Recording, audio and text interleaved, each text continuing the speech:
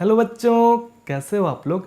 बच्चों, आज हम आपको पढ़ाएंगे कक्षा 10वीं की वास्तविक संख्या से प्रश्नावली 1.3 को। बच्चों, प्रश्नावली 1.3 बहुत ही महत्वपूर्ण है।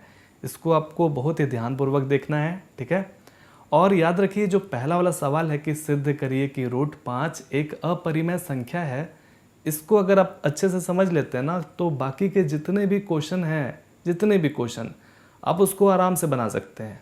हम समझ सकते हैं कि बच्चे लोगों को बहुत तकलीफ होता है ये प्रश्नावली 1.3 पढ़ने में, क्योंकि क्या होता है कि आप पढ़ तो लेते हैं, फिर उसके बाद क्या होता है कि भूल जाते हैं, ठीक है। तो उसका उपाय यही है कि आप तरह तरह का क्वेश्चन को अभ्यास करिए, प्रैक्टिस करिए, ठीक है। इससे क्या होगा कि आपके दिमाग में चोट लगेगा। चोट लगने का मतलब ये नहीं कि कोई मार के चोट लगा रहा है, मतलब कि आप बार बार सवाल को बनाए जा रहे हैं और आपके दिमाग में बैठ जाएगा। क्योंकि सबसे मेन चीज़ दुनिया का क्या होता है, प्रैक्टिस, अभ्यास। हर चीज़ में, पढ़ाई नहीं, एक पूरे दुनिया में जितना भी काम है सब में प्रैक्टिस ही काम आता है। तो हम समझ रहे हैं कि एनसीईआरटी बुक में मात्र 4-5 क्वेश्चन है, ठीक है, इससे प्रैक्टिस नहीं हो पाता है। तो हम आपको सलाह देंगे कि आप तरह तरह का क्वेश्चन लीजिए, क्वेश्चन बैंक से या फिर साइड बुक से, कहीं से भी लीजिए, ठीक है। इसको आप बनाइए बार बार, क्योंकि इससे आपका एक क्वेश्चन आपके बोर्ड एग्जाम में पक्का आएगा ही आएगा और ज़्यादा नंबर का आता है, ठीक है, समझ रहे हैं ना। और हमने इस वीडियो में शुरुआत में बताया कि परिमेय संख्या क्या होता है और अपरिमेय संख्या क्या होता है। बहुत सारे बच्चे लोगों को मालूम होगा कि क्या होता है। अगर मालूम है तो भी ठीक है, देख सकते हैं आप, हमारा सलाह है, इससे आपको कुछ सीखने के लिए मिलेगा, ठीक है। और चलिए बनाते हैं। और बच्चे एक बार और ध्यान से सुनिए कि जैसे जैसे हम लिखवाएंगे वैसे ही आप अपने परीक्षा में लिखिएगा, फुल में फुल नंबर आपको मिल जाएगा, ठीक है, समझ रहे हैं ना। क्योंकि इसमें स्टेप होता है तरह तरह का। मान लीजिए जो स्टेप आप नहीं लिखे और उसके चलते आपका नंबर कट जाएगा। चलिए बच्चे, शुरू करते हैं हम लोग प्रश्नावली 1.3 को। नमस्कार दोस्तों, पाठशाला क्लास 10th में आपका स्वागत है। दोस्तों, आज हम लोग कक्षा 10वीं की वास्तविक संख्या से प्रश्नावली 1.3 को हल करेंगे। प्रश्नावली 1.3 बहुत ही महत्वपूर्ण है, इसको ध्यान से पढ़िएगा, क्योंकि इससे एक क्वेश्चन बोर्ड एग्जाम में आएगा ही आएगा, पक्का आएगा, ठीक है। तो पहला नंबर जो क्वेश्चन है, इस पर बड़ा ही ध्यानपूर्वक आपको समझना है, क्योंकि अगर ये समझ लिए तो बाकी के जितने भी क्वेश्चन हैं यहाँ, फिर उदाहरण में या फिर और भी तरह तरह के क्वेश्चन आप पढ़ेंगे तो उनको भी आप हल चुटकियों में कर सकते हैं, ठीक है। लेकिन ध्यान से आपको पढ़ना है। अब देखिए, यहाँ पर शुरू हम कर रहे हैं प्रश्नावली 1.3। तो कॉपी किताब लेकर के बैठ जाइए और ध्यान से इस चीज को देखिए। बोलता है कि सिद्ध कीजिए कि √5 एक अपरिमेय संख्या है। आप ही से पूछ रहा है कि क्या √5 एक अपरिमेय संख्या है। तो आप कहिएगा कि हाँ, हमने कक्षा 9th में पढ़ा हुआ है कि √5 या फिर √2, √7 इस तरह के जितने भी संख्या हैं उनको हम लोग अपरिमेय संख्या कहते हैं, ठीक है, कहते हैं ना। तो ऐसे लिखने से काम नहीं चलेगा, यहाँ पर एकदम स्टेटमेंट लिखना होगा तरीके से, और आपको फिर सिद्ध करके दिखला देना होगा कि सही में √5 एक अपरिमेय संख्या है, ठीक है। तो उससे पहले आप यह सीखिए कि अपरिमेय संख्या किसको कहते हैं। हम जानते हैं कि बहुत सारे बच्चे लोगों को मालूम होगा कि परिमेय संख्या क्या होता है, अपरिमेय संख्या क्या होता है, ठीक है। लेकिन हम आपको और भी कुछ डिटेलिंग में बताना चाहेंगे, क्योंकि अगर इस चीज़ को आप जान जाते हैं तो आगे आपको कठिनाई, तकलीफ नहीं होगा, ठीक है। तो सबसे पहले हम लोग शुरुआत करते हैं परिमेय संख्या से। परिमेय संख्या क्या होता है? सिंपल लैंग्वेज में बोला जाए तो परिमेय संख्या उसको कहते हैं जिसको हम लोग P/Q के रूप में लिख सकते हो। तो P/Q के रूप में लिखने ही से काम नहीं चलेगा, इनके साथ कुछ शर्तें भी होती हैं। कितने सारे शर्तें होती हैं? पहला शर्त, दूसरा शर्त, 3 शर्त होता है, ठीक है ना, जिसको हम लोग P/Q के रूप में लिख सकते हो। और पहला शर्त बोलता है कि Q जो है वो 0 के बराबर नहीं होना चाहिए, ठीक है ना। Q जो है वो 0 के बराबर नहीं होना चाहिए। Q क्या है? हर है, ठीक है। और P क्या है? अंश, ठीक है। तो बोल रहा है कि हर जो है वो शून्य के बराबर नहीं होना चाहिए, और दूसरा शर्त हम यह रखते हैं कि P और Q जो है वो पूर्णांक होना चाहिए, पूर्णांक होना चाहिए। समझ गए? पूर्णांक मतलब देखिए, पूर्णांक हमने बताया हुआ है पहले भी, एक ऐसा वीडियो बनाया है जिसमें बताया है कि परिमेय संख्या, अपरिमेय संख्या, पूर्णांक, अभाज्य, भाज्य, सहअभाज्य, तरह तरह के संख्याओं के बारे में हमने बताया हुआ है। अगर वो वीडियो को आप देखना चाहते हैं तो कमेंट में जाकर के हम जो लिंक देंगे वहाँ से देख लीजिएगा, या फिर डिस्क्रिप्शन बॉक्स में दे देंगे, आप वहाँ से देख लीजिएगा। ठीक है, तो समझ में आया पहला शर्त कि Q के बराबर 0, यहाँ पर 0 नहीं होना चाहिए, और दूसरा शर्त कि P और Q क्या होना चाहिए, पूर्णांक होना चाहिए। पूर्णांक किसको कहते हैं? पूर्णांक हम लोग -इन्फिनिटी से लेकर के इन्फिनिटी तक, ठीक है, अनंत से लेकर के, यानी कि माइनस अनंत से लेकर के अनंत तक। जैसे आपका हो गया 0, 1, 2, 3, 4 चलते जाएगा, -1, -2, -3, इस तरह से याद रखिए। इसी को हम लोग पूर्णांक कहते हैं। जैसे अभी हम लोग पढ़ रहे हैं 1.3 यानी कि 1.3, इसको पूर्णांक नहीं कहेंगे। जितने भी दशमलव वाले संख्या हैं उसको पूर्णांक नहीं कहते हैं। 2.7, 3.9, इस तरह के संख्या को पूर्णांक नहीं कहते हैं। समझ में आ रहा है? ठीक है, तो हम आपके सामने रख दें कि भाई देखिए ये 2, क्या ये परिमेय है? बिल्कुल, क्योंकि इसके नीचे भी तो 1 छुपा हुआ है, तो यहाँ पर शून्य तो नहीं है। चलिए नहीं है, पास हो गया। और दूसरी बात की P और Q, यानी कि P और Q जो है वो पूर्णांक है, ये बिल्कुल पूर्णांक है। और तीसरा शर्त क्या है कि, ध्यान से सुनिए, तीसरा शर्त क्या है कि P और Q सहअभाज्य होना चाहिए, सहअभाज्य संख्या होनी चाहिए। समझ में आया? सहअभाज्य का मतलब, सहअभाज्य का मतलब कि दो संख्या है आपके पास और दोनों संख्या मात्र एक से ही विभाजित होना चाहिए, इसके अलावा कोई भी संख्या से विभाजित नहीं होनी चाहिए। समझ में आया? जैसे एक इसको विभाजित कर देगा 2 बार में, एक अपने आप को भी विभाजित कर देगा 1 बार में। समझ में आ रहा है? इसको हम लोग 2 को क्या कहेंगे? परिमेय संख्या, क्योंकि ये तीनों नियम को मान रहा है, तीनों नियम को मान रहा है, इसलिए परिमेय संख्या कहलाएगा। अगर हम आपके सामने रख दें कि 3/9, बताइए क्या है, परिमेय है या फिर अपरिमेय? तो आप सोचिएगा कि ये भाई परिमेय है, कि सर ने बताया था कि नीचे जो है 0 नहीं होना चाहिए, ठीक है, मान रहा है बात, और P और Q पूर्णांक होना चाहिए, ये भी मान रहा है बात। चलिए अभी तक तो जीत रहा है मामला, लेकिन तीसरा में हार गया। कैसे हार गया? बोल रहा है कि P और Q सहअभाज्य संख्या भी होना चाहिए, सहअभाज्य यानी कि 1 से सिर्फ विभाजित होना चाहिए। तो 1 से तो विभाजित हो ही रहा है सर, हो ही रहा है, 3 से नहीं हो रहा है क्या? 3 एकम 3, 3 तिया के 9 हुआ ना। और वैसे भी 3/9 को हम लोग यानी कि सिंपल वे में, यानी कि सिंपलेस्ट फॉर्म में, सिंपलेस्ट फॉर्म का मतलब सरलतल रूप में कैसे लिख सकते हैं? 1/3, ठीक है ना। समझ में आ रहा है कुछ कुछ? अब यहां पर 15/10 लिख दिए, तो ये क्या है? ये भी आपका परिमेय संख्या नहीं है, क्योंकि यहां तो ये जीत गया, यहां भी ये जीत गया, लेकिन बेचारा यहां पर हार गया इस जगह पर आकर के, क्योंकि ये 5 से भी विभाजित होता है, ठीक है ना। इसलिए तो नियम क्या कहता है कि भाई सहअभाज्य भी होना चाहिए। सहअभाज्य का मतलब कि सिर्फ 1 से विभाजित होना चाहिए। तो परिमेय संख्या कैसा होता है हम आपको बताते हैं, लेकिन अब ये बात आता है कि ये जो 3/9 लिखे और 15/10 लिखे, ये सब कैसा संख्या है? ये सब कैसा संख्या है? तो हम आपको बता दें कि परिमेय का उल्टा अपरिमेय होता है, अपरिमेय होता है, और अपरिमेय का उल्टा परिमेय होता है, ठीक है।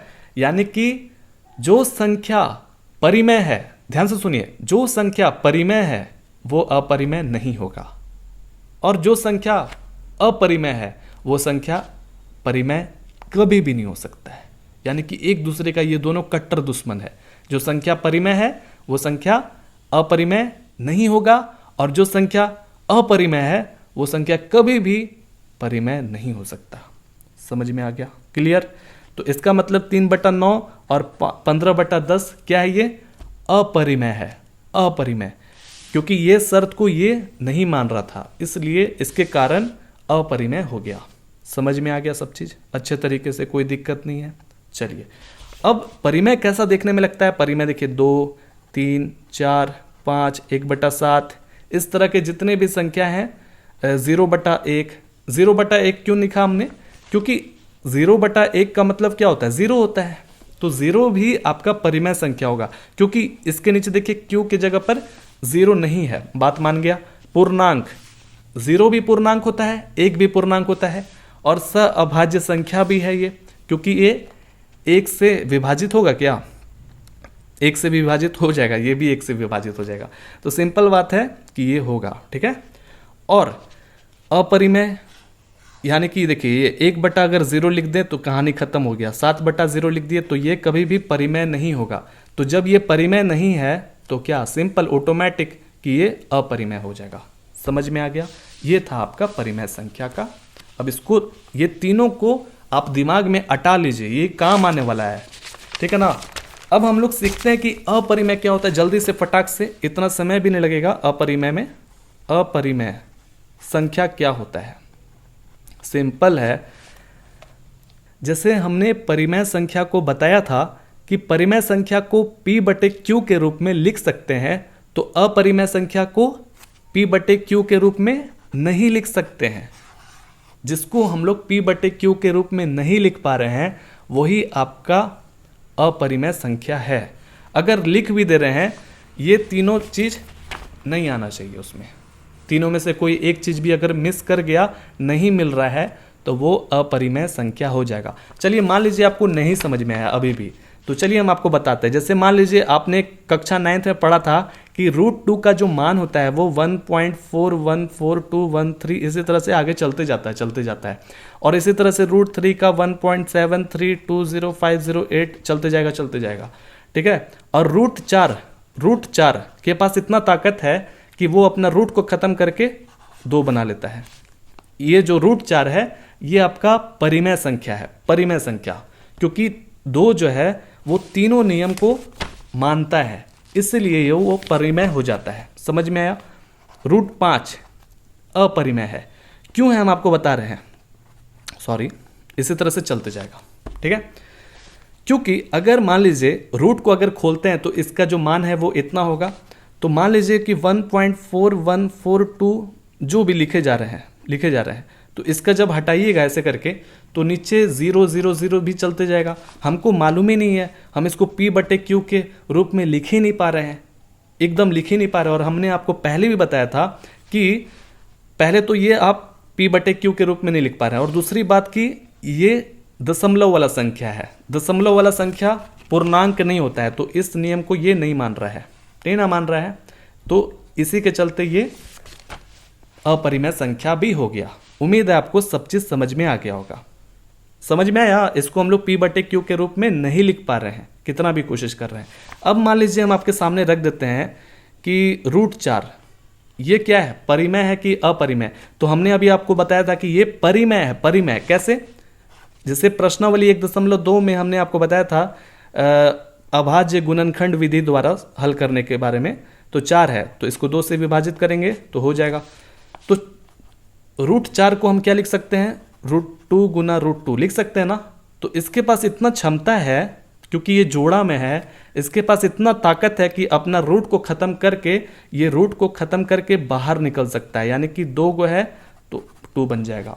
समझ रहे ना? अब मान लीजिए हम आपके सामने √8 रख दिए, तो फिर बताइए कि परिमेय है या फिर अपरिमेय? ये क्या है? परिमेय है, ठीक है ना। ये क्या है? तो हम क्या करेंगे? अभाज्य गुणनखंड विधि द्वारा हल करेंगे, ठीक है। तो देखिए जोड़ा में मात्र इधर है, एगो बेचारा छूट गया, तो हम √8 के बराबर √2 गुना √2 गुना √2 लिख सकते हैं ना। बिल्कुल। तो जोड़ा में ये है, तो यही सिर्फ इसी के पास इतना ताकत है कि अपना रूट को ये खत्म कर देगा और बन जाएगा 2, और इसके बीच में क्या चीज का रिश्ता है, गुना का रिश्ता है, तो इस तरह का बन गया। अगर एक इसका दोस्त इसी के जैसा आ जाता तो इसको भी रूट से बाहर निकालने का क्षमता रखता, लेकिन ऐसा नहीं हुआ। तो हम इसको क्या लिख सकते हैं, 2√2 लिख दिए। अब बताइए कि क्या है ये, परिमेय है या फिर अपरिमेय। तो ध्यान देने वाली बात यह है कि 2 जो हमारा है वो क्या है, 2 जो है वो हमने आपको तुरंत अभी बताया था कि ये परिमेय है, परिमेय। और √2 क्या है, √2 अपरिमेय है, अपरिमेय। ठीक है, अपरिमेय। एकदम ध्यान से समझिए, इसको अगर समझ ली ना तो कभी नहीं भूलिएगा आप प्रश्नावली 1.3, एकदम मेरा पक्का वादा है। लेकिन आपको प्रैक्टिस भी करना पड़ेगा, तरह तरह क्वेश्चन। अब देखिए यहाँ पर इनके बीच में क्या है, गुना है ना, गुना का रिश्ता है। तो क्या होगा, इसका जो आखिरी रिजल्ट आंसर क्या आएगा, परिमेय आएगा कि अपरिमेय आएगा। तो ध्यान से सुनिए, आप 2 गुना कुछ भी करते हैं, ठीक है, अपरिमेय कर दिए तो क्या आएगा, यही सोचना है ना।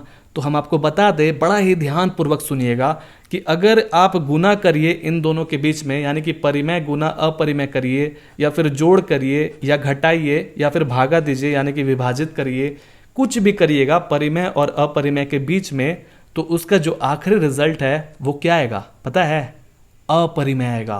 अपरिमेय लिख लीजिए एक जगह, ठीक है। अपरिमेय एक ऐसा जहर है, एक ऐसा जहर है जो कि परिमेय के अंदर जैसे ही ये मिलता है तो उसको भी अपने साथ मिला करके अपरिमेय बना देता है, अपरिमेय बना देता है। कैसे, चलिए ये तो डायलॉग बाजी था, कैसे होता है वाकई में देखते हैं। कि जैसे यहाँ 2 है, इसके बीच में क्या है, गुना है। √2 का वैल्यू इतना होता है, इतना होता है नहीं, दुनिया का कोई भी इंसान नहीं है जो कि √2 का वैल्यू निकाल ले। उसका ज़िंदगी पार हो जाएगा तब भी उसका जो वैल्यू है वो चलते रहेगा, चलते रहेगा, चलते रहेगा, चलते रहेगा। जब इसका वैल्यू ही हमको मालूम नहीं है, उसमें 2 गुना से हम मल्टीप्लाई भी कर दें तो क्या फ़र्क पड़ता है, क्योंकि हमको उसका एकदम फाइनल जो परफेक्ट सटीक जो है, सटीक मान वो हमको मिलेगा ही नहीं, क्योंकि इसका हमको सटीक मान मालूम ही नहीं है, मालूम ही नहीं है। तो फिर कैसे, इसको गुना करके भी क्या फ़ायदा, क्या फ़ायदा, कुछ फ़ायदा नहीं है, ठीक है ना। तो इसीलिए इसको हम निकाल ही नहीं पा रहे हैं, इसका जो सटीक वैल्यू है, और हम इसको P/Q के रूप में भी नहीं लिख सकते हैं, क्योंकि दशमलव में आएगा गुना करिएगा तो भी, ठीक है ना। तो इसलिए ये अपरिमेय हो जाता है। और आप सोचिए कि परिमेय जोड़ अपरिमेय भी करेगा, जब अपरिमेय आपको मालूम ही नहीं है कि कितना है, उसमें 2 को जोड़ भी दीजिएगा तो क्या फ़र्क पड़ेगा, कुछ फ़र्क नहीं पड़ेगा। तो इसीलिए हम आपको बताएं, उम्मीद है आपको समझ में आ गया होगा। अब देखिए, थोड़ा टाइम लगता है, लग गया 15 मिनट। हाँ, अब देखना यह है कि इनको हल करने के लिए हम लोग को 2 चीज़ का नॉलेज चाहिए होता है, एक परिमेय और दूसरा अपरिमेय, जो कि हम आपको बता दिए।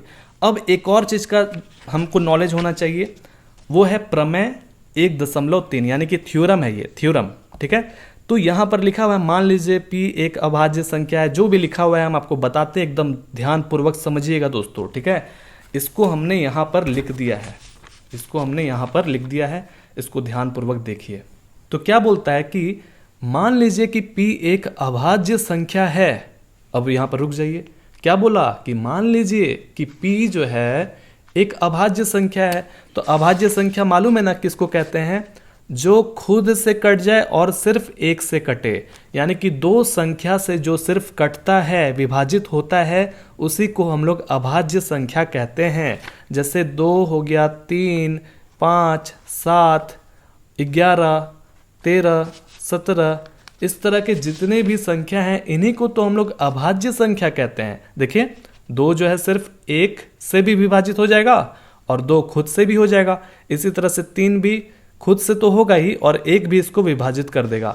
11 जो है वो 1 से भी विभाजित होता है और 11 से भी होता है, यानी खुद की संख्या से भी विभाजित होता है, ठीक है।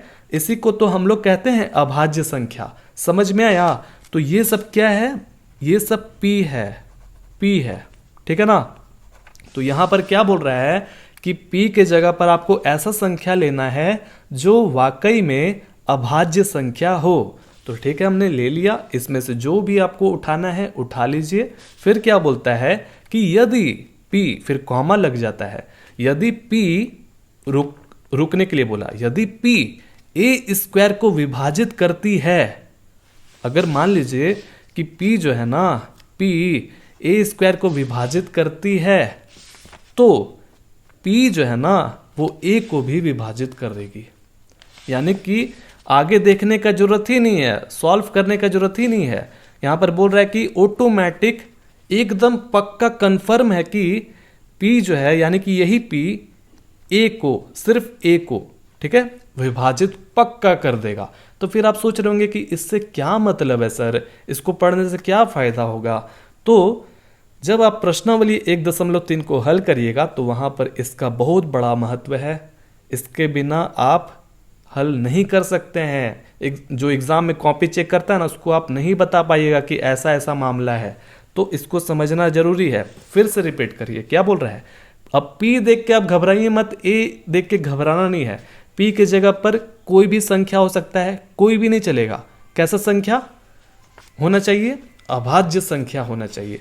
तो अभाज्य संख्या जो है वो ए स्क्वायर को अगर मान लीजिए विभाजित करता है, हमको ए स्क्वायर की जगह पर ऐसा नंबर अपने तरफ से लेना है, अपने तरफ से जानबूझ करके लेना है जो वाकई में ये जो P है इसको विभाजित कर देगा। चलिए कुछ उदाहरण देख करते हैं। चलिए इसमें से हम 3 को उठा लिए, यानी कि P के स्थान पर 3 रख दिए, कोई दिक्कत नहीं है। अब यहाँ पर हम जानबूझ करके ऐसा नंबर का स्क्वायर रखेंगे जो 3 से विभाजित हो जाता है। चलिए हम रख देते हैं यहाँ पर 9 का स्क्वायर, ठीक है ना, 9 का स्क्वायर। तो 9 का स्क्वायर कितना होता है? 81 होता है ना। 9 गुना 9 करिएगा तो 81 हो जाएगा कि नहीं। और 3 से क्या ये विभाजित होगा? बिल्कुल हो जाएगा विभाजित। 81 3 से विभाजित हो जाएगा, ठीक है। बचेगा इधर 3 7 21। चलिए कट गया, कहानी खत्म। तो कितने बार में गया? 27 बार में, ठीक है। तो इससे हमको क्या शिक्षा मिलता है कि इससे हमको यह शिक्षा मिलता है कि एकदम कंफर्म है कि यही P जो है A को भी, यानी कि A के स्थान पर क्या है? सिर्फ 9 है, इसको भी विभाजित कर देगा, एकदम पक्का है। समझ में आया बच्चे? अब मान लीजिए कि आप 5 ले लेते हैं P के स्थान पर और जानबूझ करके यहाँ पर ऐसा नंबर रखते हैं, ठीक है ना, ऐसा नंबर रखते हैं जो कि 25 का स्क्वायर करेगा तो 625 आ जाएगा और 5 से ये विभाजित बिल्कुल होगा 125 बार में। तो इससे हमको क्या पता चल रहा है कि एकदम कंफर्म एकदम ऑटोमेटिक जो है 25 भी जो है 5 से विभाजित हो जाएगा, ठीक है। अगर मान लीजिए कि हम यहाँ पर 5 ले लेते P के जगह पर और अपने मर्जी से कुछ भी रख देते, अगर 4 का स्क्वायर रख देते, तो अगर अपनी मर्जी से 4 का स्क्वायर रख दिए जानबूझ करके, तो 4 गुना 4 करिएगा तो 16 हो जाएगा। तो देख रहे हैं कि विभाजित हो ही नहीं रहा, अटक गया मामला। तो फिर आगे हम लोग बढ़ेंगे ही नहीं। तो यहाँ पर क्या बोला कि विभाजित होना चाहिए, तभी ये नियम काम करेगा, ये जादू काम करेगा। समझ में आया कि अगर ये जो 25 का स्क्वायर किया हमने 625 आया, तो बिल्कुल ये P जो है इसको विभाजित कर दिया पूर्ण तरीके से। तो इसका मतलब यहाँ पर इसका जादू चल जाएगा कि 25 को भी 5 विभाजित कर देगा, ठीक है ना। समझ में आया? तो चलिए इसको आप अपने कॉपी में बनाते रहिए। यहाँ P के जगह पर आप ले लीजिए कुछ भी और A स्क्वायर के जगह पर ऐसा नंबर आपको लेना है, ठीक है ना, ताकि वो P से विभाजित होता हो, ठीक है। तो चलिए हम लोग आगे बढ़ते हैं, बनाएंगे ना, इसका जब अप्लाई करेंगे तो आपको तुरंत समझ में आ जाएगा। प्रश्नावली 1.3 को शुरू किया जाए जी। ध्यान से देखिए, इस पहले नंबर वाले सवाल को बोल रहा है कि सिद्ध कीजिए कि √5 एक अपरिमेय संख्या है। हमें मालूम है सर कि √5 एक अपरिमेय संख्या है, क्यों मेहनत करवा रहे हैं, ठीक है ना। तो इसको कैसे बनाएंगे समझिए ध्यान से। जिससे हम ले लिए कुछ उदाहरण कि मान लीजिए 2 इंसान है, एक इंसान का नाम है सोनल और दूसरा इंसान का नाम है मोनल, ठीक है। सोनल मोनल 2 इंसान हैं और एक क्लासरूम में बैठे हुए हैं। अब सोनल बोल रहा है कि पता है मोनल, √5 जो है ना वो अपरिमेय संख्या होता है, ठीक है, अपरिमेय संख्या होता है। तो ये बोल रहा है कि मैंने तो पढ़ा है कि √5 जो है वो परिमेय संख्या होता है, तुम्हें कौन बताया। तो अब दोनों में हो गया बहस जबरदस्त तरीके का। ये बोल रहा है अपरिमेय और ये बोल रहा है परिमेय। अब दोनों हो रहा है पूरा कि नहीं नहीं तुमको नहीं आता। इसी तरह से वाक युद्ध चल रहा है, ठीक है।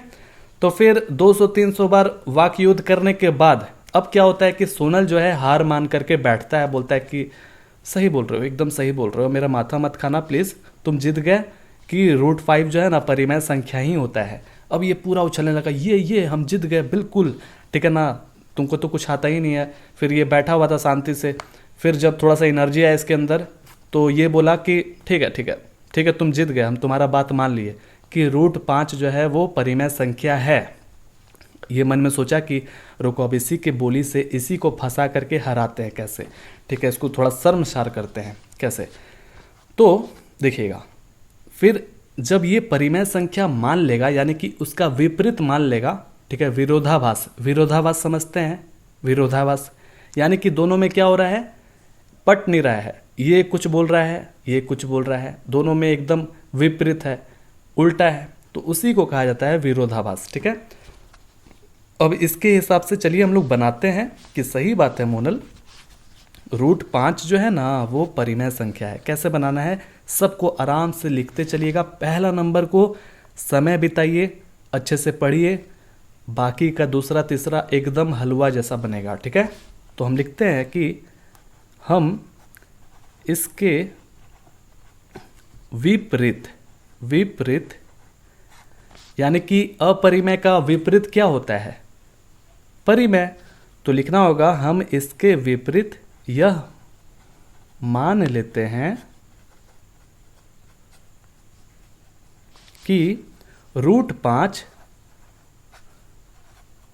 एक परिमेय संख्या है। मोनल बाबू, मोनल बाबू, हमने मान लिया कि आप बिल्कुल सही हैं, √5 जो है ना एक अपरिमेय संख्या है, ठीक है। अब वो भी सीरियस किया, अरे मान कैसे गया। अब फिर उसके बाद क्या होता है कि अब देखिए कैसे इसको फंसाता है। तो मोनल बाबू जब √5 जो है परिमेय संख्या है ही, तो परिमेय संख्या का आपको तो नियम कानून मालूम होगा कि वो भी नहीं मालूम है। तो बोले हाँ मालूम है।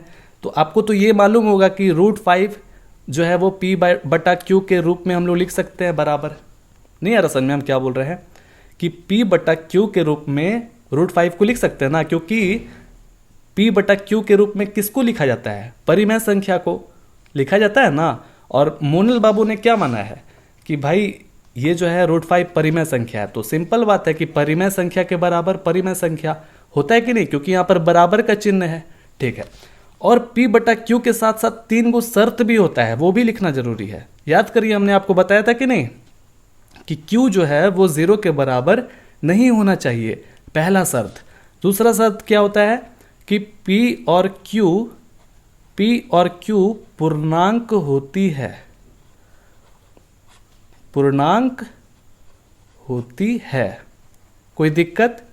और तीसरा शर्त क्या बताया था हमने, याद करिए, P और Q सह अभाज्य संख्या होती है, सह अभाज्य, साथ में लिखते चलिए मजा आ जाएगा पढ़ने में, संख्या होती है। इतना तो लिख सकते हैं ना, चलिए हो गया। तो यहां पर देखिए Q जो है वो 0 के बराबर नहीं होता है, इसमें कोई शिकायत नहीं है। P और Q पूर्णांक होता है, इसमें भी कोई शिकायत नहीं है। P और Q सह अभाज्य संख्या होती है, इसमें भी कोई शिकायत नहीं है। लेकिन यहाँ पर आपको बताना होगा कि सह अभाज्य संख्या मतलब, आपको हम बताए भी थे, सह अभाज्य संख्या उसको कहते हैं जो सिर्फ एक से विभाजित होता है। जैसे यहाँ पर 2 संख्या है तो दोनों संख्या सिर्फ एक ही से विभाजित होना चाहिए, उसी को सह अभाज्य संख्या कहते हैं।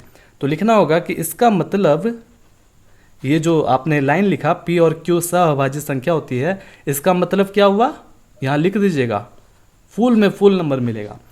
इसका मतलब P और Q, बस यही लिखना है दोस्तों, ठीक है। P और Q में फिर यहाँ कॉमा दीजिएगा, एक के अतिरिक्त, एक के अतिरिक्त, अतिरिक्त कोई उभयनिष्ठ, उभयनिष्ठ का मतलब क्या होता है हम आपको बता रहे हैं अभी, नहीं है, नहीं है, खत्म कहानी। यही जो लिखने में मेहनत है और वो भी मेहनत नहीं, आपको समझ में आई हो गया कि ये तो इसमें कोई दिक्कत नहीं, इसमें भी कोई दिक्कत नहीं, इसमें भी कोई दिक्कत नहीं। बस ये लाइन लिखना है आपको कि P और Q में एक के अतिरिक्त कोई उभयनिष्ठ नहीं है। इसका मतलब क्या होता है हम आपको समझाते हैं। जैसे हम कहेंगे आपको, मान लीजिए कि 5 + 10 है ना, तो हम आपसे कहें कि इसमें एक के अतिरिक्त उभयनिष्ठ है।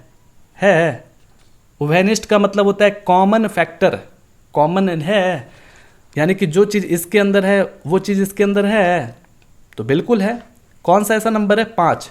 तो 5 इसमें भी है, 5 इसमें भी है। कैसे? देखिए, जब आप 5 को बाहर निकालिएगा, कॉमन यानी कि उभयनिष्ठ निकालिएगा, तो यहाँ पर हम क्या लिखेंगे ताकि यहाँ पर बराबर हो जाए? 1 लिखना होगा। 5 एकम 5 जोड़ 5 दूनी के 10, है ना? समझ में आ रहा है? यहाँ पर लिखेंगे ना ऐसे। तो 5 जो है वो क्या है? उभयनिष्ठ है। और फिर 1 + 2 में कुछ है उभयनिष्ठ? है, 1 है। क्या हम 1 को बाहर नहीं निकाल सकते हैं? क्योंकि 1 से गुना करेंगे तो 1 ही रहेगा, 1 से 2 में गुना करेंगे तो 2 ही रहेगा। तो यानी कि 5 और 10 में कौन कौन है उभयनिष्ठ?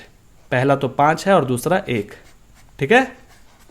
तो नियम क्या कहता है उसको समझिए, परिमेय संख्या का, कि 3 है तो फिर 3/1 है ना, तो इसमें कितना है उभयनिष्ठ? मात्र 1 है, ठीक है ना? मात्र 1 है, और 1 ही होना चाहिए उभयनिष्ठ, उसी को तो परिमेय संख्या कहते हैं, ठीक है? अब आगे का प्लान क्या है? यहां तक तो लिख लिए, आगे का प्लान क्या है इसको समझिए, एकदम बारीकी से समझिए। हम क्या करेंगे ना कि ऐसा स्थिति पैदा कर देंगे कि हम दिखला देंगे कि यहाँ पर जो है 1 के अतिरिक्त भी उभयनिष्ठ है। आप जब बनाइएगा तो देखिएगा कि 5 आ जाएगा उभयनिष्ठ अलग से, तो जैसे ही आ जाएगा तो वो परिमेय संख्या नहीं रहेगा। हम आपको बताए भी थे कि 5/10 रहेगा मान लीजिए, तो ये परिमेय संख्या नहीं है, क्योंकि इसमें 1 के अतिरिक्त 5 भी उभयनिष्ठ है, क्योंकि 5 से ये विभाजित दोनों होता है। समझ गए ना? तो हमको ऐसा स्थिति पैदा करना है, इसलिए हमने ये तीनों चीज़ लिखा है कि अगर तीनों में से कोई भी एक चीज़ गलत पकड़ा गया तो बेटा मोनल तोरा पहट के मरबो, ठीक है ना? तो फिर तो बड़ी उछले थले। चलिए तो देखते हैं आगे। तो अब क्या होता है कि दोनों तरफ हम लोग वर्ग करेंगे। वर्ग क्यों करेंगे? क्योंकि यहाँ पर प्रश्न ये प्रमेय जो 1.3 है उसके हिसाब से हम लोग देखते हैं ना, ये हमको बहुत मदद करेगा। प्रमेय 1.3 जो है ना हमको बहुत मदद करेगा आगे जा करके।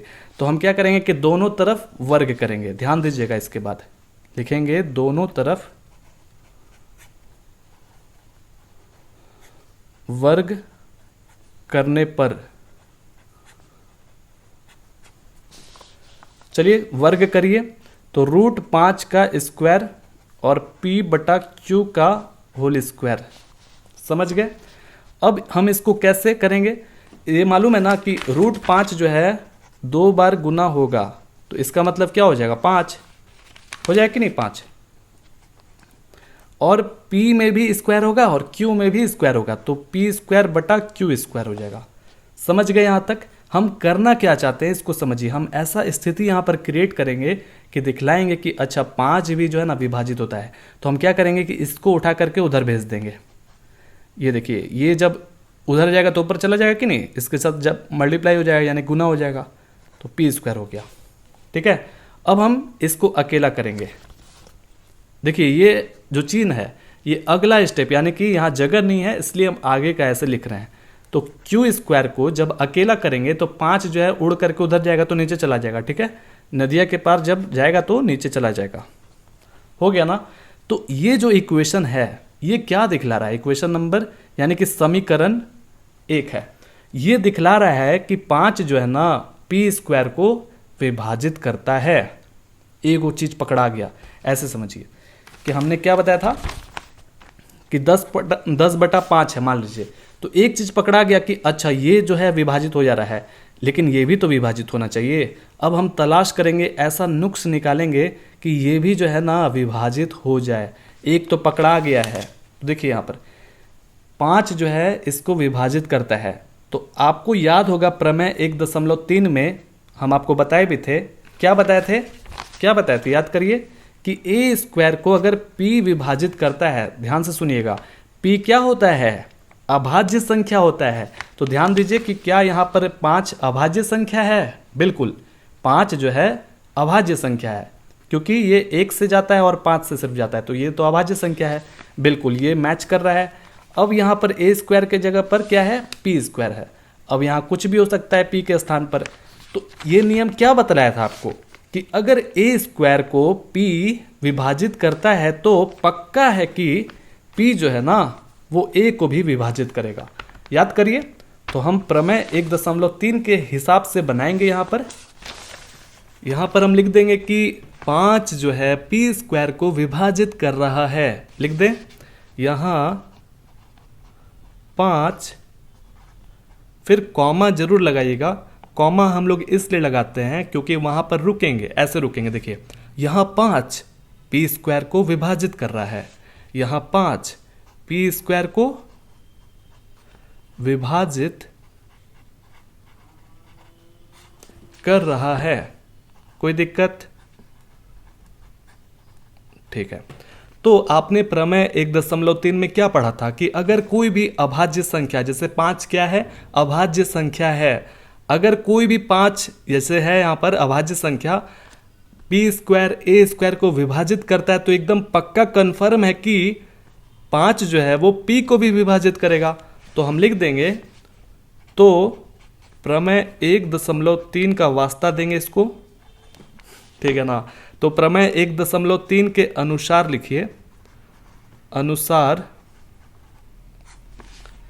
5 फिर कॉमा लगाए पी को भी विभाजित करेगा, विभाजित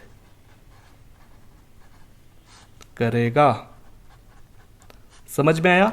अब देखिए यहां से क्या निकला कि 5 जो है ना वो p को विभाजित कर दिया। 5 जो है ना वो p को विभाजित कर दिया। समझ गए? अब देखना बाकी है कि क्या 5 q को विभाजित करेगा। अगर बाय चांस q को 5 विभाजित कर देता है तो समझ लीजिए कि हम इसी तरह से सिद्ध करके दिखला देंगे, क्योंकि यहाँ पर हमने क्या बोला था कि ये परिमेय संख्या था और परिमेय संख्या में उभयनिष्ठ कितना होता है? 1 होता है। तो हमने क्या पाया अभी कि भाई 5 से ये विभाजित हो रहा है, ठीक है ना। अगर देख लिया ना कि q जो है ना वो 5 से विभाजित हो रहा है तो क्या हो जाएगा उसका उभयनिष्ठ? 1 और 5, 1 और 5 आ जाएगा। जैसा कि हम लोग को मालूम है कि परिमेय संख्या का उभयनिष्ठ 1 ही होता है, न कि 5। समझ में आया?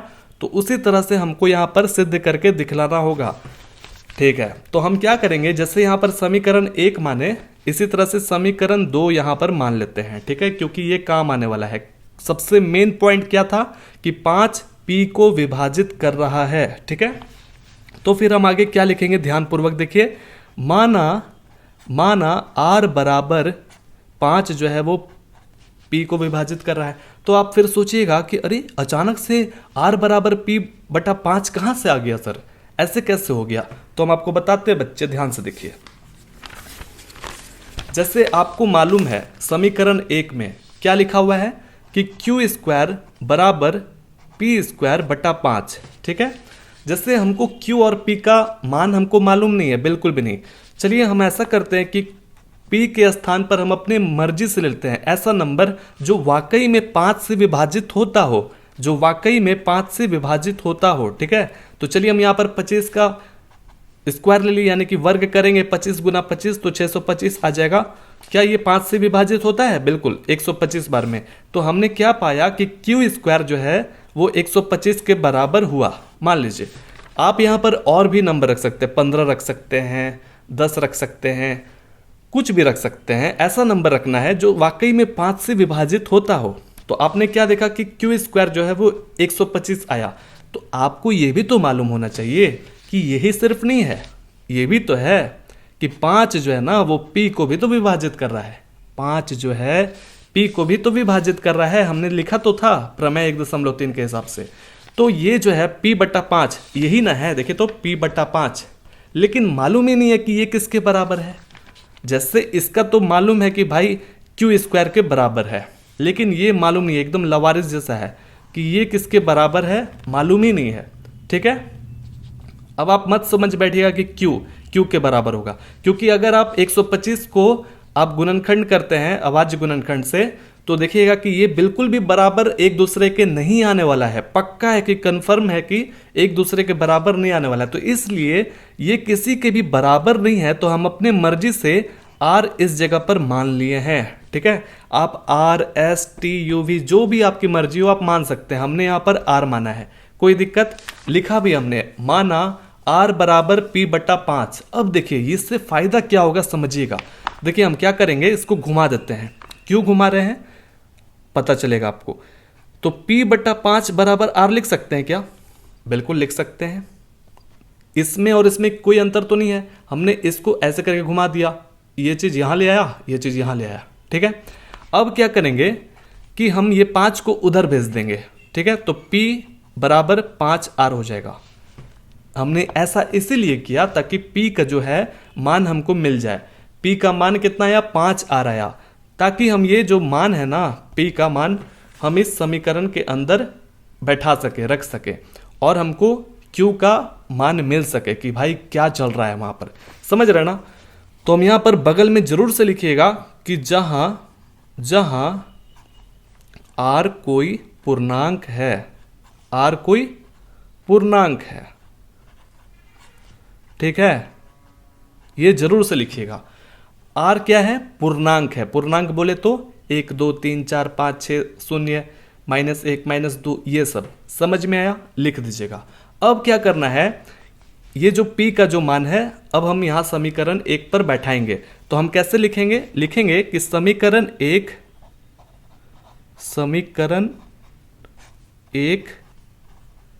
में P का मान रखने पर तो चलिए समीकरण 1 को उठा के लेकर आया जाए। यही है ना समीकरण 1, ले आते हैं। Q² बराबर P² बटा 5 ले आए हम इसको उठा करके यहाँ पर। अब हम क्या करेंगे कि Q² वैसे ही के वैसे रखेंगे और P का जो मान है मेरे पास 5R है, तो लिख दें 5R। यहाँ पर स्क्वायर है तो दोनों में स्क्वायर होगा, 5 में भी स्क्वायर होगा यानी कि वर्ग होगा, और R में भी वर्ग होगा। ठीक है, अब क्या करेंगे, 5 को 2 बार गुना करिएगा तो 25 हो जाएगा ना, R को 2 बार गुना करिएगा तो R² होगा ना। अब देख रहे हैं कि 5 से 25 विभाजित है बिल्कुल 5 बार में, तो क्या आया? Q² बराबर 5R² आ गया। ठीक है, 5R²। तो अब आप सोचिएगा कि इससे फायदा क्या हो रहा है सर? फायदा होगा हमको यहाँ पर पता चल जाएगा कि क्या 5 जो है वो Q² को विभाजित कर रहा है। इतना जो हम लोग मेहनत किए इसीलिए किए, तो हमको तो दिख रहा है कि अगर 5 को हम उधर भेज देंगे तो ये नीचे चला जाएगा। तो थोड़ा सा सब्र रखेंगे, इसको थोड़ा सा घुमा दीजिए, फटाक से वापस से घुमा दीजिए ताकि अच्छा लगे देखने से। चलिए घुमा दिया हमने।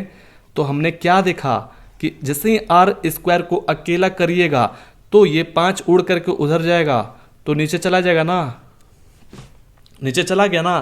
तो आपने क्या देखा कि 5 जो है वो Q² को भी विभाजित कर दिया। अच्छा, पकड़ा गया चोरी चोरी पकड़ा गया मोनल बाबू आपका। तो आपने क्या देखा कि 5 जो है वो P को तो विभाजित कर ही रहा था, और 5 जो है वो Q को भी विभाजित कर रहा है। इसका मतलब कि उभयनिष्ठ 5 भी है। और हमें पता है कि सअभाज्य संख्या में 1 के अतिरिक्त कोई भी उभयनिष्ठ नहीं होता है, लेकिन यहाँ तो 1 के अतिरिक्त है, 5 भी है। समझ में आया? तो कैसे लिखेंगे? जैसे हमने इसको लिखा था उसी तरह से लिख देते हैं, वैसा ही लिख दें। यहां पर लिखेंगे ऐसे, इसको लेकर आओ। यहां लिखेंगे, यहां 5 Q² को कॉमा दिए, Q² को क्या कर रहा है? विभाजित कर रहा है, विभाजित कर रहा है। ठीक है, तो प्रमेय 1.3 के अनुसार 5 Q को भी तो विभाजित करेगा, Q को भी विभाजित करेगा, सिंपल, विभाजित करेगा। समझ में आया? अब ये समीकरण आप तीसरा मान लीजिए। क्यों हम ऐसा मान रहे हैं? समीकरण 1 2 3 क्यों मान रहे हैं? ताकि हमको अंतिम में बतलाना होगा, लिख करके, एकदम अच्छे तरीके से लिख करके बताना होगा कि 5 जो है P को भी विभाजित कर रहा है और 5 Q को भी विभाजित कर रहा है। ठीक है ना? तो हम यही समीकरण का वास्ता दे करके बताएंगे। कैसे लिखेंगे देखिए, ध्यानपूर्वक देखिए। लिखेंगे समीकरण, अब यहां से लिख देते हैं, क्वेश्चन समाप्त हो गया है ये।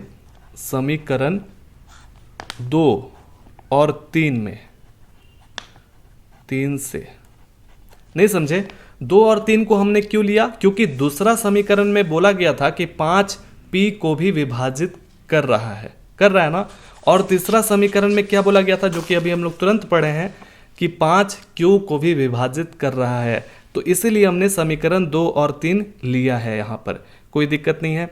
समीकरण 2 और 3 से हमें यह पता चलता है, कि P और Q दोनों 5 से विभाजित हो रहा है या विभाजित है।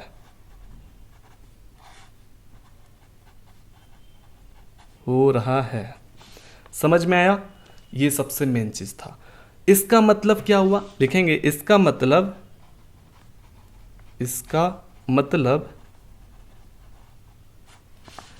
P और Q का उभयनिष्ठ, चलिए हम यहां लिख देते हैं, जगह नहीं है। उभयनिष्ठ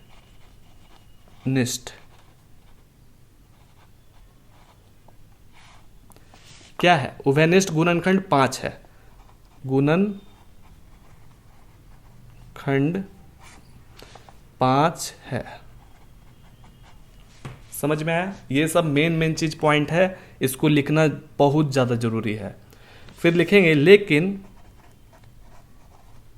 क्या लेकिन हमने तो माना था कि भाई ये सहअभाज्य संख्या, तो वही चीज लिखेंगे। लेकिन हमने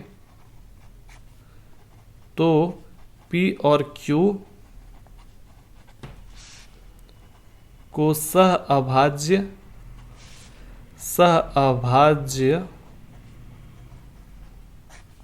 संख्या माना था,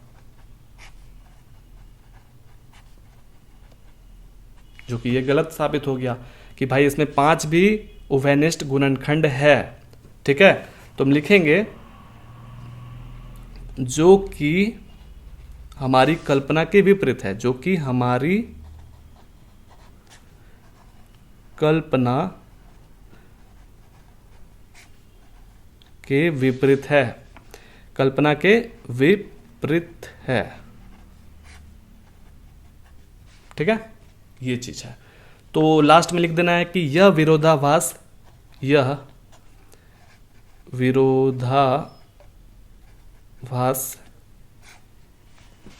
हमारी गलत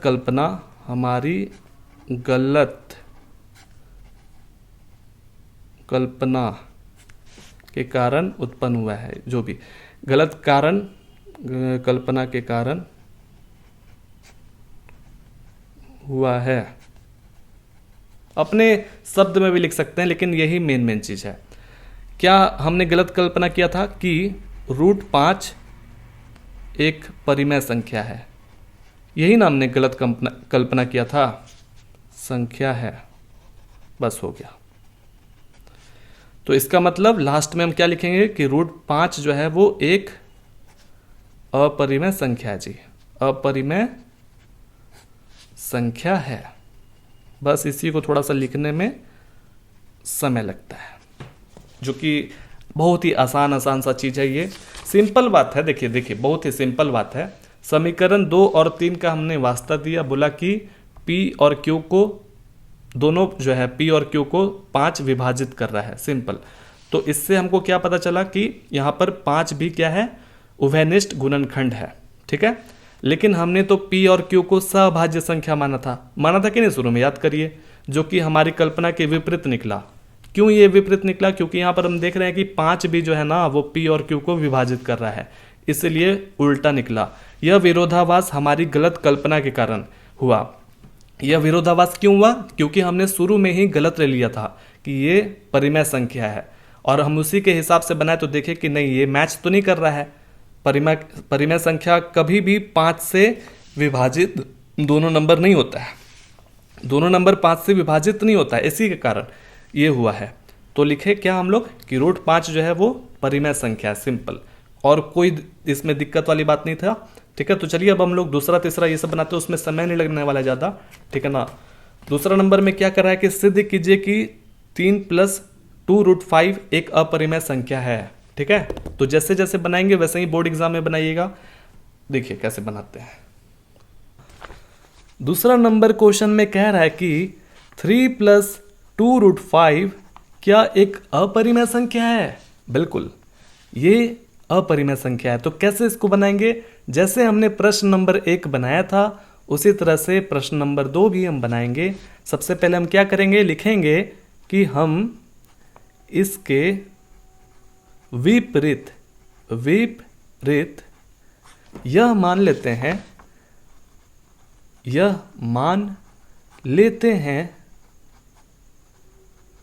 कि 3 + 2√5 एक परिमेय संख्या है, यानी कि हमने शुरू में ही गलत मान लिया। ठीक है, अब भाई गलत मान लीजिएगा तो उसी को लेकर चलिएगा तो आगे भुगतिए बैठकर। ठीक है ना। तो 3 + 2√5 को हमने क्या मान लिया है? परिमेय संख्या मान लिया है। ठीक है, परिमेय संख्या है। तो जब ये परिमेय संख्या है तो ये परिमेय संख्या का नियम कानून को फॉलो करेगा, बात मानेगा। तो जब 3 + 2√5 एक परिमेय संख्या है तो ये बिल्कुल p/q के रूप में लिखा जा सकता है, यानी कि 3 + 2√5 जो है वो p/q के बराबर होगा, क्योंकि 3 + 2√5 तो परिमेय संख्या ना है, तो हम उसी के हिसाब से चल रहे हैं। तो यहां पर आपको क्या लिखना है कि यहां q जो है वो 0 के बराबर है, और लिखेंगे p और q पूर्णांक हैं। ठीक है। अब आप सोच रहे होंगे कि हमने पहले नंबर वाले जो क्वेश्चन था √5 एक अपरिमेय संख्या जो सिद्ध हमने किया था, यहाँ पर बड़ा लंबा चौड़ा लिखा था। क्या क्या लिखा था कि q जो है वो 0 के बराबर नहीं होना चाहिए, p और q पूर्णांक होनी चाहिए। चलिए ये तो दोनों चीज हमने लिख दिया, और साथ ही क्या लिखा था कि p और q सहअभाज्य संख्या होनी चाहिए और एक के अतिरिक्त उभयनिष्ठ गुणनखंड नहीं होनी चाहिए। तो हमने वो सब क्यों नहीं लिखा? हमने इसलिए नहीं लिखा क्योंकि हमारा इन दोनों से ही काम चल जाएगा। देखिए कैसे, हमने आपको बार बार बताया है कि ये पहला नंबर से भी आसान है। ठीक है ना। तो हम क्या करेंगे, अब देखिए ध्यान से, कि हम जान रहे हैं कि √5 जो है वो अपरिमेय संख्या है। हमारा दिल जो है वो जानता है ना। अब हमको भाई प्रूफ करके भी तो दिखलाना है, तो कैसे प्रूफ करेंगे? देखिए हम क्या करेंगे, आराम आराम से इस √5 को अकेला करेंगे। देखिए कैसे अकेला करते हैं। तो ये जो 3 है इसको हमको उधर भेजना होगा, तो इसके बीच में क्या हो रहा है, प्लस हो रहा है, और इसके आगे भी प्लस है। ठीक है ना। तो चलिए हम उधर उसको भेज देते हैं, नदिया के पार उधर भेज देते हैं। तो ये हो जाएगा 2√5 = p/q। ठीक है, और इसके आगे क्या है, प्लस है। तो जब भी वो उधर जाएगा तो जो भी इसका साइन है, आगे का चिन्ह है, वो उल्टा हो जाएगा। तो प्लस था तो माइनस हो जाएगा। समझ में आया? अब हम क्या करेंगे कि इसको थोड़ा सा जोड़ घटाव कर लेते हैं। तो देखिए इसके नीचे भी 1 छुपा हुआ रहता है, तो q और 1 का एलसीएम हो जाएगा q। ठीक है, तो q से q में भागा दीजिएगा तो कितने बार में विभाजित होगा? एक बार में। तो जितने बार में विभाजित होता है उतना ही बार से ऊपर में गुना होगा, यानी कि एक बार में ये विभाजित हुआ है तो एक जो है p से जाकर के गुना हो जाएगा। तो 1 से गुना करिए p में तो वही p होगा। फिर इसके बीच में है माइनस, इसमें देखिए 1 से आप q में भागा दीजिएगा तो q बार में जाएगा, q बार में जाएगा ना, तो जितने बार में गया यानी कि q बार में, तो q गुना 3 3q। समझ में आया? ये क्या है? q है। ओके, अब क्या करना है यहाँ पर, हम जैसा कि बताए थे कि आपको √5 को अकेला करना है। तो जब आप √5 को अकेला करिएगा, इसके बीच में क्या है? गुना है, तो उधर जाएगा, नदिया के उस तरफ गया हूं तो कहाँ चल जाएगा? नीचे। ऊपर था तो उधर जाकर के ये नीचे चला जाएगा। ठीक है, तो जैसे ही ये नीचे जाएगा तो 2 गुना 2 मतलब q जो है 2q हो जाएगा। यहां तक समझ में आया? ऐसा हमने क्यों किया, ये हमने ऐसा क्यों बनाया? हमने ऐसा इसलिए बनाया क्योंकि हम जानते हैं कि ये जो है √5 क्या है? अपरिमेय संख्या है। हम पिछले वाले क्वेश्चन में सिद्ध कर चुके हैं। ठीक है, तो जब ये अपरिमेय संख्या है तो इसका मतलब कि ये भी अपरिमेय संख्या होना चाहिए। समझ रहे ना बात को, कि भाई जब ये बराबर है तो इसका मतलब कि अपरिमेय के बराबर अपरिमेय होना चाहिए। तो क्या ये वाकई में अपरिमेय है? सोचिए, तो हम आपको दिखलाते हैं, ध्यान से देखिएगा। ठीक है, जैसे हमने शुरू में क्या वादा किया था कि भाई p और q पूर्णांक होते हैं। तो पूर्णांक कैसे होते हैं? -2 -3 -1 0 1 2 3 4 इसी तरह के ना होते हैं, और भी बहुत सारे होते हैं पूर्णांक। ठीक है, तो आप जरा सोचिए कि यहाँ पर p - 3q है, p - 3q है बटा क्या है? 2q। ठीक है, समझ रहे ना बात को? अब p के स्थान पर चलिए हम कुछ भी रख देते हैं, 5 रख देते हैं, और q के स्थान पर रख देते हैं 2। ठीक है, तो यहाँ पर q के स्थान पर हमने 2 माना है। तो इस तरह से आप जब जोड़ घटाव करते हैं तो ये कितना हो जाएगा? ऐसा, मतलब कि सिंपल बात है कि ऐसा आएगा। ठीक है, आएगा ना?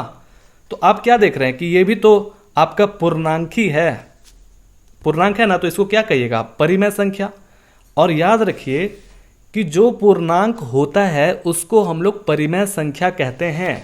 ठीक है, वैसे भी इतना ज़्यादा दिमाग लगाने की जरूरत ही नहीं थी। यहाँ पर आप देख रहे हैं कि भाई p और q क्या है? पूर्णांक है। और याद रखिए, एकदम याद रखिए, नोट डाउन कर लीजिए, जो संख्या पूर्णांक होती है वह परिमेय संख्या होती है। समझ में आया? परिमेय संख्या होती है। तो आप देखिए p क्या है? पूर्णांक है, q पूर्णांक है, तो इसके लिए हमको कोई टेंशन नहीं लेना है क्योंकि ये क्या है? परिमेय संख्या है। परिमेय संख्या इसलिए है क्योंकि p और q यहाँ पर क्या है? पूर्णांक है। ठीक है, अब टेंशन बस लेना है कि 3 और 2 क्या है? बताइए।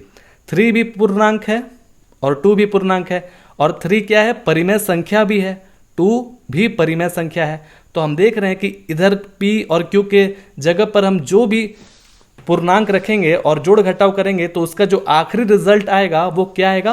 परिमेय संख्या आएगा, परिमेय संख्या आएगा। ठीक है, ये क्या है? वाकई में परिमेय संख्या है। ठीक है, परिमेय संख्या है। तो कभी भी परिमेय संख्या जो है अपरिमेय के तो बराबर नहीं होता है। नहीं यार, समझ में? मेरा दिल जानता है कि ये क्या है? अपरिमेय है। ठीक है, और क्या ये परिमेय के बराबर होगा? क्योंकि ये तो हम देख पा रहे हैं कि भाई p और q तो पूर्णांक है, और पूर्णांक जो वही होता है जो परिमेय होता है। तो ये तो बिल्कुल भी बराबर नहीं होगा, ये तो बात बिल्कुल भी सही नहीं है। एक तरफ आपका परिमेय है, दूसरी तरफ अपरिमेय है, तो ये दोनों एक दूसरे के बराबर कभी भी नहीं हो सकता है। तो हम इसको उठाएंगे और बोलेंगे क्या कि p - 3q बटा 2q जो है वो क्या है? एक परिमेय संख्या है, एक परिमेय संख्या है। क्योंकि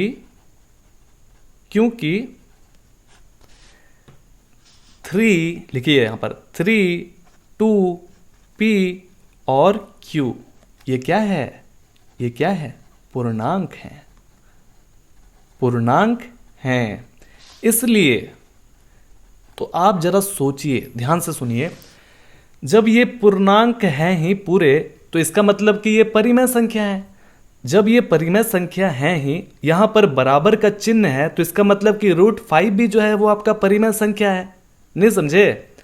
जब भाई साहब ये परिमेय संख्या है ही, तो इसका मतलब कि ये भी परिमेय संख्या होगा ना।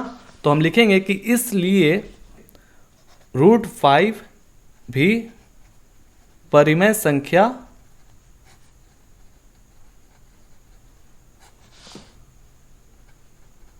होगी। समझ गए?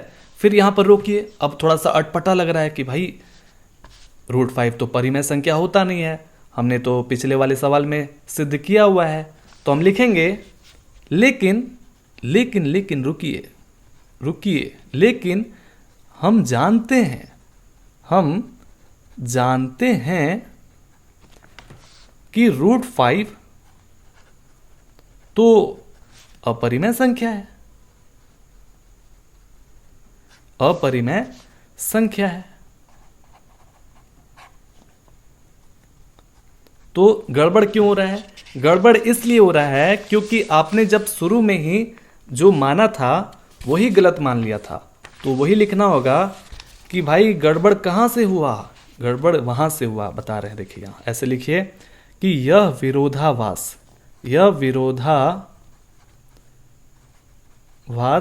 हमारी गलत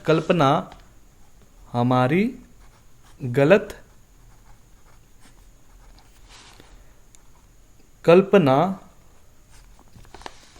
के कारण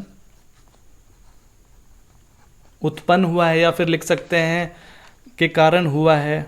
ठीक है, कि √5 नहीं, √5 नहीं, जो क्वेश्चन था, क्वेश्चन क्या था? 3 + 2 √5, कि 3 + 2 √5 एक परिमेय संख्या है। इसका मतलब समझे? इसका मतलब यह है कि हम शुरू में ही जो है ना विरोधाभास यानी कि लड़ने लगे कि नहीं 3 + 2 √5 जो है वो तो परिमेय संख्या है। तो हमने शुरू में ही गलत मान लिया था, जिसके कारण हमको फिर भुगतना पड़ा। और हम गलत मान लिए थे कि क्या माने थे गलत? कि 3 + 2 √5 एक अपरिमेय संख्या है, यही ना माने थे, जबकि ऐसा बिल्कुल भी नहीं है। तो क्या है?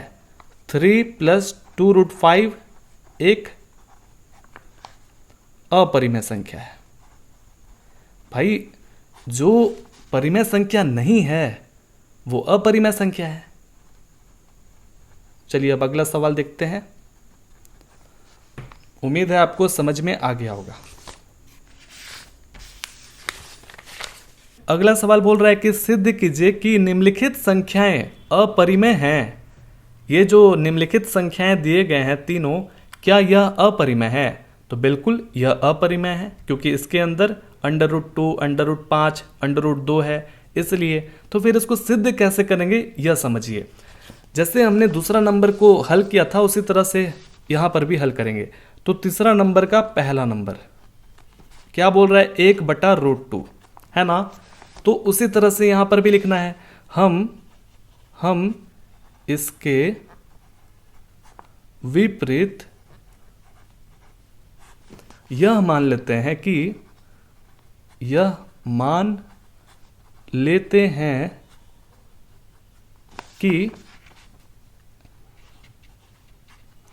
1/√2 एक परिमेय संख्या है,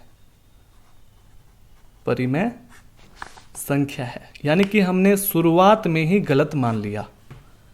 ठीक है ना। हम जान रहे हैं कि 1/√2 जो है अपरिमेय संख्या है, लेकिन हमने जानबूझ करके शुरू में ही गलत मान लिया, परिमेय मान लिया। अब हम परिमेय जब माने तो उसी के हिसाब से हमको चलना पड़ेगा। ठीक है, जो परिमेय का नियम कानून होता है। तो ये तो कन्फर्म है कि 1/√2 इसका मतलब कि P/Q के रूप में लिखा जा सकता है, क्योंकि 1/√2 तो आपने परिमेय संख्या माना है। तो P/Q के बराबर लिख सकते हैं ना। तो P/Q है क्या? यहाँ लिखना होगा कि Q जो है वो 0 के बराबर नहीं होना चाहिए, और P और Q पूर्णांक होना चाहिए, पूर्णांक होनी चाहिए। ठीक है, बस इतना ही काफी है। Q जो है वो 0 के बराबर नहीं होना चाहिए और P और Q पूर्णांक होनी चाहिए, बस इतना ही काफी है। याद करिए हमने दूसरा नंबर सवाल में भी यही चीज लिखा था, क्योंकि उसी से मेरा काम चल गया था। तो यहाँ पर भी इसी से मेरा काम चल जाएगा। यहाँ पर अभाज्य संख्या लिखने का कोई ज़रूरत नहीं है, चाहे तो आप लिख भी सकते हैं, ठीक है ना, या फिर एक के अतिरिक्त उभयनिष्ठ गुणनखंड है, ये सब लिखने का जरूरत नहीं है, ठीक है ना। तो चलिए देखते हैं आगे। अब हम क्या करेंगे कि हम जान रहे हैं कि √2 जो है वो आपका अपरिमेय संख्या होता है, तो हम इसको जानबूझ करके ऐसा कमाल इसमें करेंगे ताकि √2 ऊपर आ जाए। जैसे यहाँ पर 1/√2 है ना, तो हम इसमें क्या करेंगे, इसको उलट देंगे। ऐसे समझिए कि √2 के बराबर क्या है q और 1 के बराबर क्या है p। तो जब उल्टेंगे तो √2/1 हो जाएगा। तो फिर ये भी चिल्लाने लगेगा कि आप इसको पलट दिए, हमको नहीं पलटे, चलो तुमको भी पलट दिए, ठीक है। ऐसे तो लिख सकते हैं ना, दोनों को हमने पलट दिया, ठीक है। ऐसा इसलिए किया ताकि हम बता सकें कि भाई √2 के बराबर यहां पर q/p है, ठीक है। अब आप जान रहे हैं कि √2 जो है वो क्या है, अपरिमेय संख्या है। तो क्या ये अपरिमेय संख्या है? जब ये अपरिमेय संख्या है तो ये भी अपरिमेय संख्या होना ना चाहिए। तो क्या यह है? आपने शुरू में ही वादा किया था, बोला था कि भाई p और q जो है वो पूर्णांक है। p और q क्या है? पूर्णांक है। तो इसका मतलब कि ये पूर्णांक है, आपने शुरू में ही बताया था। और आपको मालूम होगा कि पूर्णांक जो है, पूर्णांक आपका कभी भी अपरिमेय नहीं होता है। पूर्णांक अपरिमेय नहीं होता है कभी भी, ठीक है ना। तो भाई ये पूर्णांक है, तो इसका मतलब कि ये परिमेय है, ये परिमेय है। तो क्या ये परिमेय है? क्योंकि यहाँ पर क्या बोला जा रहा है कि परिमेय के बराबर परिमेय होना ना चाहिए, क्योंकि यहाँ पर बराबर का चिन्ह है, लेकिन ऐसा बिल्कुल भी नहीं है। ये भाई परिमेय है और ये क्या है, अपरिमेय। तो दोनों एक दूसरे से एकदम अलग है, ठीक है, यानी कि नॉट इक्वल होगा, यानी कि बराबर होगा ही नहीं। ऐसा कि भाई √2 जो है वो बिल्कुल बराबर नहीं है q/p के, ठीक है, बिल्कुल ही बराबर नहीं है। तो लिखना होगा, कैसे लिखिएगा यहां पर बताइए कि q/p एक परिमेय संख्या है। क्यों ये परिमेय संख्या है आपको बताना होगा। क्योंकि q और p, या फिर लिख सकते हैं p और q, ठीक है ना। हम चलिए ऐसे लिख देते हैं, q और p पूर्णांक हैं। इसलिए जब ये पूर्णांक है तो ये भी पूर्णांक होगा, क्योंकि इसके बीच में बराबर का चिन्ह है। तो लिखना होगा इसलिए √2 एक परिमेय संख्या होगा, भी लिखना चाहिए था, हाँ, एक परिमेय संख्या होगी। बहुत ही इजी है, होगी, समझ में आया। फिर लिखेंगे कि लेकिन हम जानते हैं कि √2 तो अपरिमेय संख्या है, लेकिन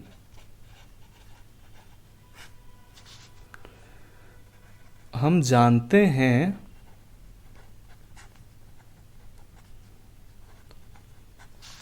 कि √2 तो एक अपरिमेय संख्या है, अपरिमेय संख्या है, ठीक है। तो फिर ऐसा क्यों हुआ कि भाई √2 जो है वो तो अपरिमेय संख्या है और ये तो भाई परिमेय संख्या है। ऐसा इसलिए हुआ क्योंकि हमने शुरू में ही गलत मान लिया था, हमारा जो कल्पना था वो क्या था, गलत था शुरू में ही। तो हम लिखेंगे कि यह विरोधाभास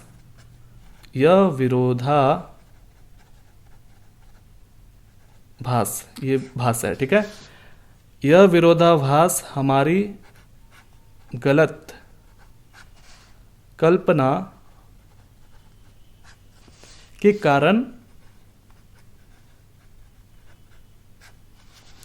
हुआ है कि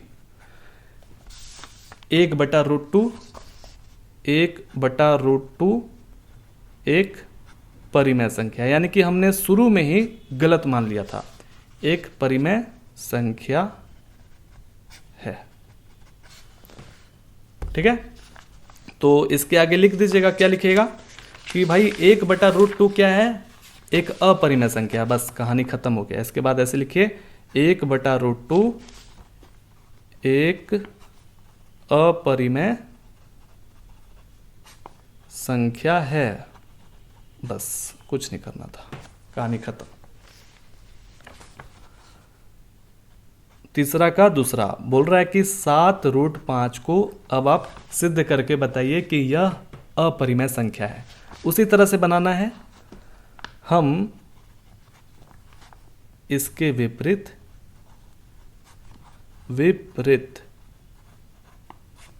यह मान लेते हैं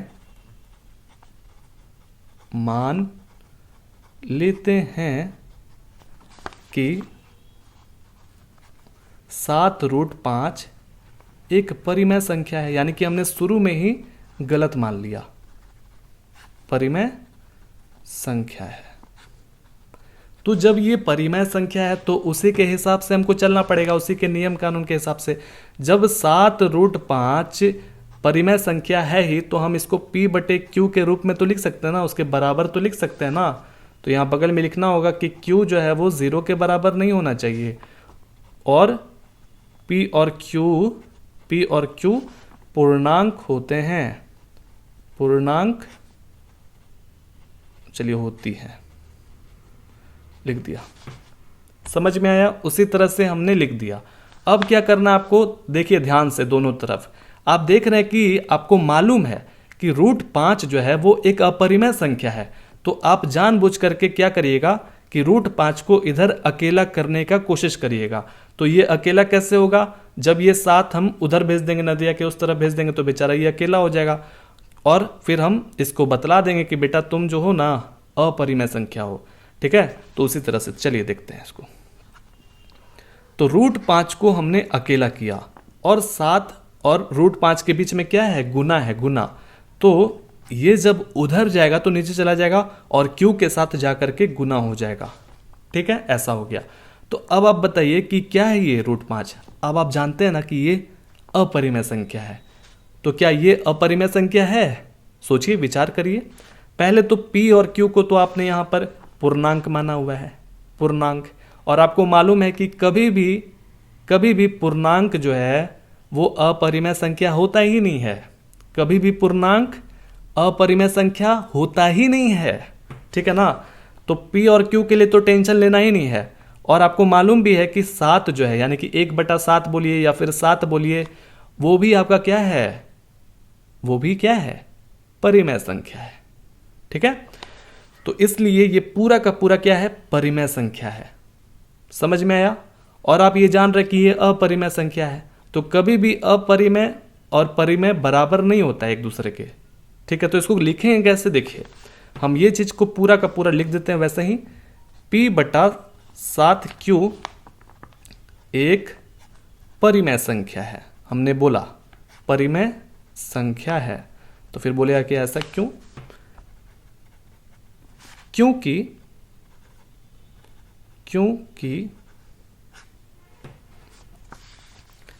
इसमें कौन कौन सा नंबर है, 7 है, P है, Q है। तो लिखेंगे क्योंकि 7 P और Q एक पूर्णांक है। लिखना होगा पूर्णांक है, पूर्णांक है। 7 P Q क्या है, पूर्णांक है। ठीक है, इसलिए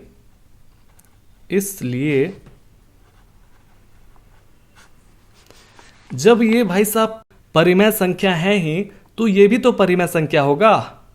समझ रहे हैं बात को, कि हमने यहां पर बताया कि भाई P/7Q जो है वो परिमेय संख्या है, तो ये भी तो परिमेय संख्या होगा। तो हम लिख रहे हैं कि इसलिए √5 भी एक परिमेय संख्या होगा, परिमेय संख्या होगा। समझ में आया? परिमेय संख्या होगा। तो लिखना होगा कि लेकिन हम जानते हैं कि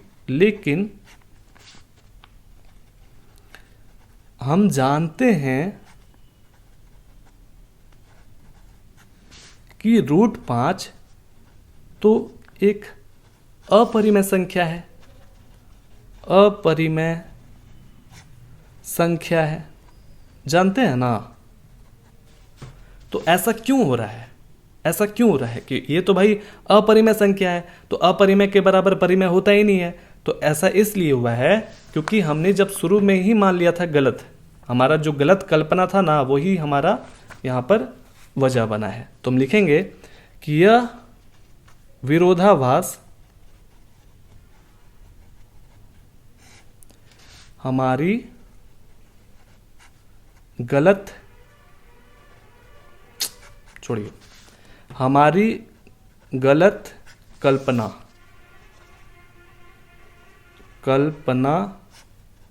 के कारण हुआ है कि 7√5 एक परिमेय संख्या है। यानी कि हमने शुरू में गलत मान लिया था, इसको क्या मान लिया था, परिमेय संख्या मान लिया था। ठीक है, समझ रहे हैं। तो लिखना होगा कि 7√5 जो है ना परिमेय नहीं है, यह अपरिमेय है, एक अपरिमेय है। उम्मीद है आपको समझ में आ गया होगा अच्छे से। यही करना था और कुछ नहीं। कितना हलवा जैसा सवाल है। चलिए अब आगे देखते हैं अगला सवाल को। बोल रहा है कि लास्ट है 6 + √2। बताइए क्या है। तीसरा नंबर लास्ट सवाल है 6 + √2। कैसे बनाएंगे, उसी तरह से बनाएंगे जैसे पहले बनाए थे। लिखेंगे कि हम इसके विपरीत यह मान लेते हैं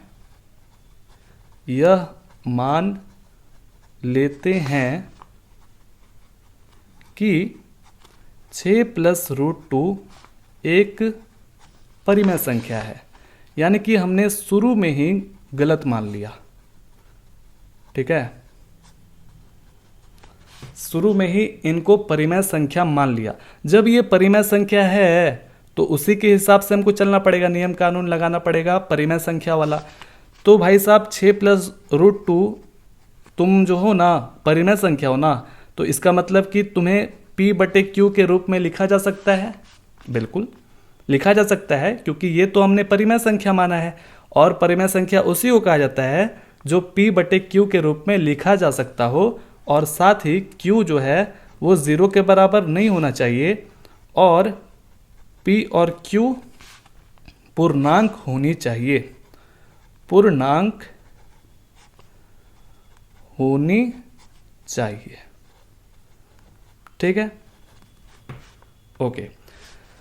तो आप जानते हैं, अंदर से आपको भरोसा है कि √2 जो है वो क्या है, एक अपरिमेय संख्या है। तो हम जानबूझ करके क्या करेंगे कि इसको अकेला कर देंगे, जैसे हमने पहले किया था। ठीक है ना। तो इसके बीच में क्या है, जोड़ है, इसके आगे क्या है, प्लस है। ठीक है, तो इसको अकेला करिएगा। √2 = P/Q। तो फिर 6 कहाँ चला गया, 6 उधर, यानी कि इस नदिया के पार उधर चला गया। तो इसके आगे प्लस था ना, तो उधर जाने के बाद उसका उल्टा साइन हो जाएगा, -6 हो जाएगा। ठीक है, अब हम क्या करेंगे कि इसको जोड़ घटाव करेंगे। तो चलिए, इसके नीचे है Q, इसके नीचे है 1, है ना। तो Q और 1 का एलसीएम जो है वो Q होता है, जानते हैं ना। तो Q से Q में भागा दीजिएगा तो एक बार में चला जाएगा, एक बार में विभाजित हो जाएगा ना Q। ठीक है, तो जितने बार में विभाजित होता है, एक बार में हुआ है, तो एक जो है वो P से गुना करेगा तो क्या हो जाएगा, P हो जाएगा। फिर इसके बीच में है माइनस, 1 से Q में भागा दीजिए तो Q बार में जाएगा। तो Q बार में गया तो 6 × Q क्या हो जाएगा, 6 × Q क्या हो जाएगा, 6Q। ठीक है ना, ये क्या है, Q है। ओके, तो अब यहाँ पर क्या करना है, ध्यान से देखिए। अब इस चीज़ को हम लोग नहीं लिखते हैं। P क्या है, Q क्या है, पूर्णांक है। समझ में आ रहा है, पूर्णांक है। और आपको मालूम है ना कि पूर्णांक जो है वो कभी भी अपरिमेय संख्या नहीं होता है, पूर्णांक परिमेय संख्या होता है। समझ गए, पूर्णांक परिमेय संख्या होता है। तो P और Q के लिए तो हमको कोई तनाव नहीं है, टेंशन नहीं है। अब देखना यह है कि 6 क्या है। 6 भी तो आपका परिमेय संख्या है, 6 भी तो परिमेय संख्या है। तो इसका मतलब कि यहाँ पर P, 6, Q ये तीनों के तीनों क्या हैं, पूर्णांक हैं, पूर्णांक। तो इसका मतलब कि ये तीनों जो है आपके परिमेय संख्या को सपोर्ट कर रहे हैं। समझ में आया? तो यानी कि ये पूरा का पूरा परिमेय संख्या हो जाएगा। और आपको मालूम है, अंदर से आत्मविश्वास है कि √2 जो है वो क्या है, अपरिमेय संख्या है। तो कभी आपने ऐसा देखा है कि भाई ये है अपरिमेय और इधर है P - 6Q बटा Q? क्या कभी ये पॉसिबल है? नहीं, ये बराबर एक दूसरे के नहीं हो सकता है, क्योंकि ये अपरिमेय है और ये परिमेय है। तो इसको लिखेंगे कैसे? देखिए, हम लिखेंगे, इसको उठा लेंगे, बोलेंगे कि P - 6Q बटा Q क्या है, परिमेय संख्या है। लिखेंगे एक परिमेय संख्या है। तो पूछेगा बुक वाला कैसे? तो हम बोलेंगे क्योंकि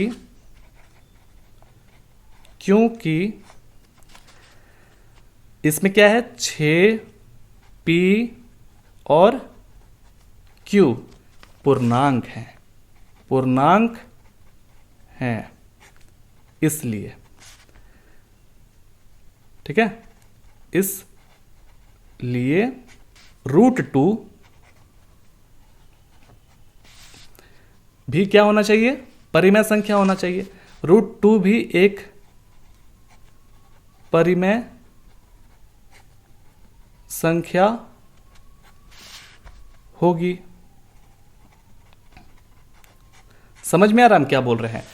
भाई साहब, जब ये परिमेय संख्या है तो इधर है बराबर का चिन्ह, तो ये भी परिमेय संख्या होगा, क्योंकि एक दूसरे ये बराबर है, एक दूसरे के ये बराबर है, इसीलिए ये भी होगा √2। तो वही हमने लिख दिया कि √2 भी एक परिमेय संख्या होगी। तो जबकि हम लोग जानते हैं कि √2 जो है वो कभी भी परिमेय संख्या नहीं होती है, वो क्या होती है, अपरिमेय संख्या होती है। तो हम लिखेंगे लेकिन हम जानते हैं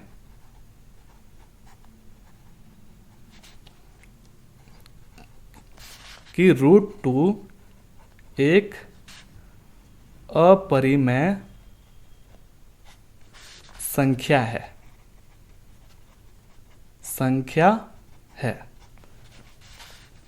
दिख रहा है? लेकिन हम जानते हैं कि √2 एक अपरिमेय संख्या है। ठीक है, तो यह विरोधाभास कैसे उत्पन्न हुआ? लिखेंगे यह विरोधाभास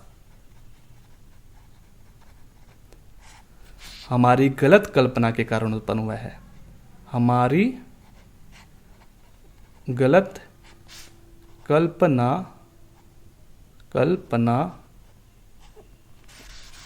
के कारण हुआ है। क्या माना था हमने कि 6 + √2 एक परिमेय संख्या है। परिमेय लिखते चलिए साथ में, कोई दिक्कत नहीं होगा, संख्या है। यानी कि हमने जो कल्पना किया था कि 6 + √2 एक परिमेय संख्या है, वो गलत साबित हो गई यहाँ पर। ठीक है ना? तो हम लिखेंगे क्या, आखिरी है और बहुत ही आसान कि हमने प्रूफ करके दिखला दिया कि 6 + √2 एक अपरिमेय संख्या है। समझ गए? एक अपरिमेय संख्या है। उम्मीद है आपको अच्छे से समझ में आ गया होगा। अगर वीडियो अच्छे से समझ में आ गया, ठीक है ना, तो हमको मोटिवेट करने के लिए आप लाइक कर सकते हैं। चलिए मिलते हैं नेक्स्ट वीडियोज़ में। जय हिंद, वंदे मातरम जी।